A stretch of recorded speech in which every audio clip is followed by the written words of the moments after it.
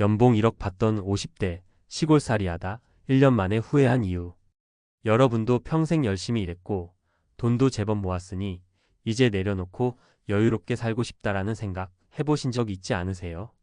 특히 도시 생활에 지쳐서 시골에 내려가면 몸도 마음도 편안해지고 돈도 덜 들겠지라고 기대하는 분들이 많습니다. 실제로 젊은 시절 한참 일을 하던 40대 50대에는 몸이 서서히 피로를 느끼고 무언가 돌파구가 필요하다고 느껴지거든요. 그런데 막상 시골로 내려가 보니 예기치 못한 지출부터 낯선 환경에서 오는 스트레스까지 만만치 않았다는 이야기를 너무나도 자주 듣게 됩니다. 특히 연봉 1억씩 받던 대기업 임원이나 전문직 종사자들도 시골 생활을 시도했다가 1년도 채 안 돼서 돌아오는 경우가 적지 않더라고요. 돈은 충분할 거라 생각했지만 시골저 비용이란 공식이 꼭 들어맞지는 않았다는 거죠. 오늘은 제가 직접 보고 들은 실제 사례들을 바탕으로 은퇴 후 한적한 시골에서 살면 모든 게 편해지겠지라는 달콤한 환상을 깨고 조금 더 현실적이고 건강한 은퇴 설계를 할 수 있도록 이야기를 전해드리려고 합니다. 실제로 여러분들이 비슷한 고충을 겪고 계시니 혹시나 시골살이를 꿈꾸고 계시다면 이 글이 도움이 되었으면 좋겠습니다. 1. 김 부장 이야기. 돈은 넉넉했다.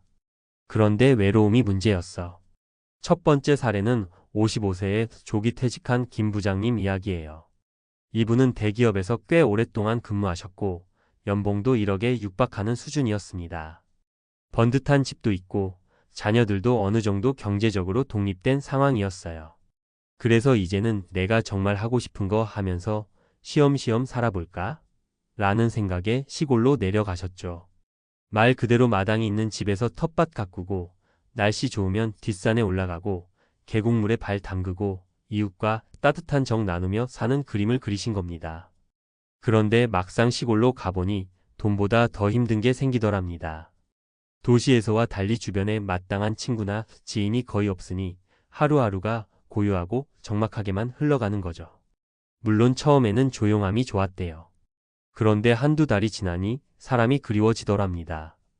어디 모임이라도 나가려면 차를 몰고 꽤 먼 거리를 이동해야 했고 가끔 이웃과 만나도 생각보다 공통분모가 없어 대화가 서먹서먹했답니다. 또 도시에서 즐겨 먹던 음식이나 문화생활을 누리기도 쉽지 않으니 그야말로 문화적 갈증을 크게 느꼈다고 해요. 한적함을 즐기는데도 한계가 있다는 거죠. 결국 김 부장님은 1년 만에 다시 도시로 돌아왔습니다. 시골이 나쁘다는 건 아니지만 사람과의 교류, 문화활동, 그리고 익숙함에서 오는 안락함도 내 삶에서 큰 비중을 차지하고 있더라라는 게 본인의 결론이었습니다.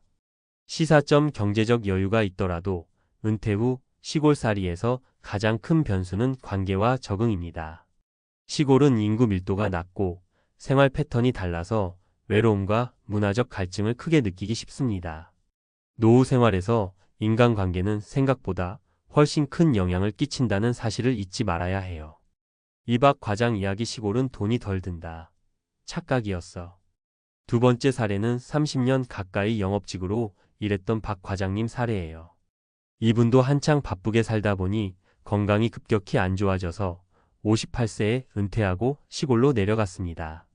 처음에는 시골은 모든 게 저렴할 거야. 집값도 싸고 생활비도 적게 들 테니까 라고 생각한 거죠. 실제로 도시 아파트 전세금 정도만 빼도 시골집 한 채 사고도 남을 거라면서 신나하셨습니다.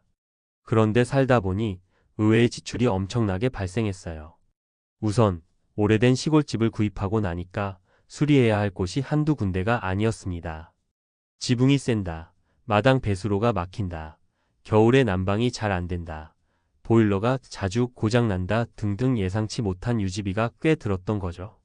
뿐만 아니라 가끔 병원에 갈 일이 있을 때마다 차로 한참을 달려야 했고 도시에서처럼 일괄적으로 편리하게 서비스를 받기가 어려우니 비용과 시간이 더 들었습니다. 또 한 가지 주변 마트나 시장이 멀다 보니 차를 몰고 크게 장을 봐오는데 한번 큰 장을 볼 때마다 식재료며 생필품을 대량으로 쟁여와야 해서 생각보다 목돈이 들어갔대요. 결국 시골살이 저비용 구조는 쉽게 단정할 수 없다는 걸 깨닫게 되었다고 합니다. 도시에서는 월세나 관리비가 좀 들지만 그만큼 편의시설이 가까이 있으니까 이동비나 시간, 에너지 소모가 훨씬 적었는데 시골에서는 그것들을 모두 직접 부담해야 해서 의외로 지출이 커진 거죠. 결국 박 과장님은 예상 못한 유지비와 생활비가 생각보다 많았다면서 은퇴 후 시골로 내려가기 전에 반드시 꼼꼼한 계산이 필요하다고 말하더라고요. 시사점 은퇴 후 시골에 가면 돈이 덜 든다는 막연한 믿음은 정말 위험합니다. 집 수리 유지비, 교통비, 의료비, 문화 쇼핑 비용 등이 도시보다 상대적으로 높게 들 수 있어요. 도시에서 살 때보다 생활비가 더 들 수 있다는 점을 반드시 고려하셔야 합니다. 3. 2차장 이야기 농사?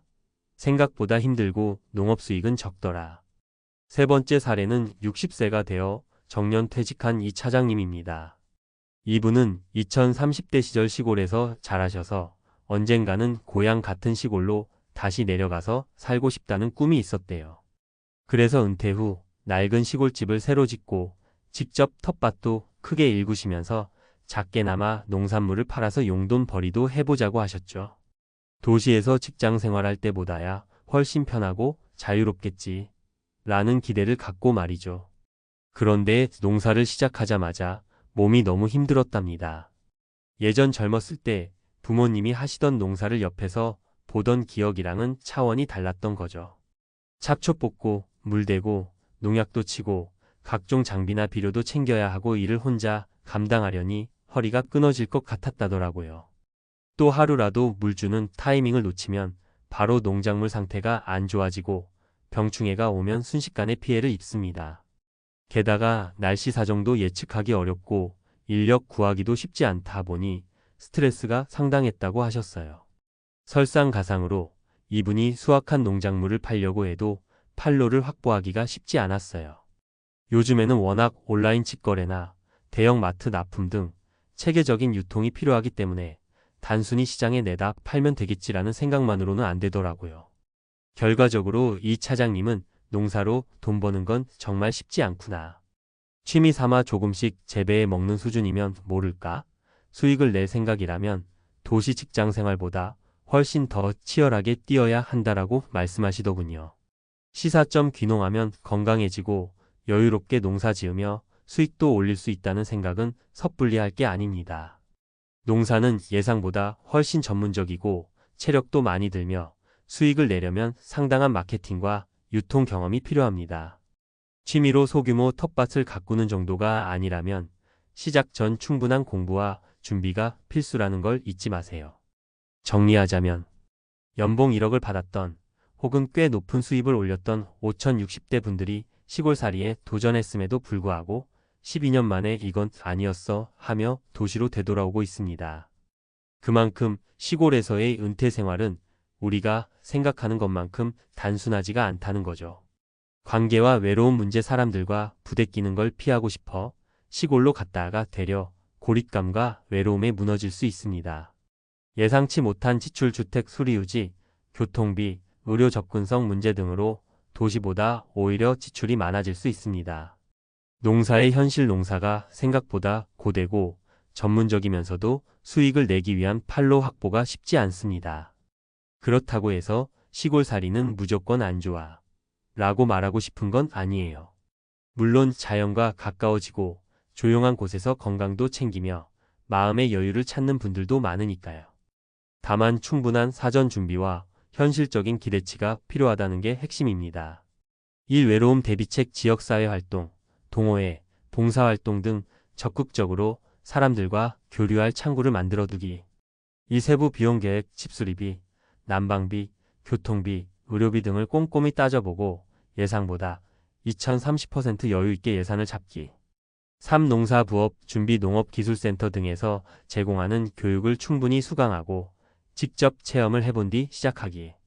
판로를 미리 확보하거나 소규모로 먼저 테스트해보는 것도 좋아요. 결국 은퇴 후 삶에서 중요한 건 내가 진짜 필요로 하는 것이 무엇인지 그리고 그에 따른 현실적 어려움은 없는지를 깊이 고민하는 거예요. 단순히 시골이면 다 싸고 깨끗하고 여유롭겠지라고 생각하기엔 우리 삶은 생각보다 훨씬 복합적이고 또 예상치 못한 변수가 많거든요. 지금도 시골살이를 고민하고 계시다면 위의 사례들을 참고해서 장단점을 꼼꼼히 비교해 보시길 권합니다.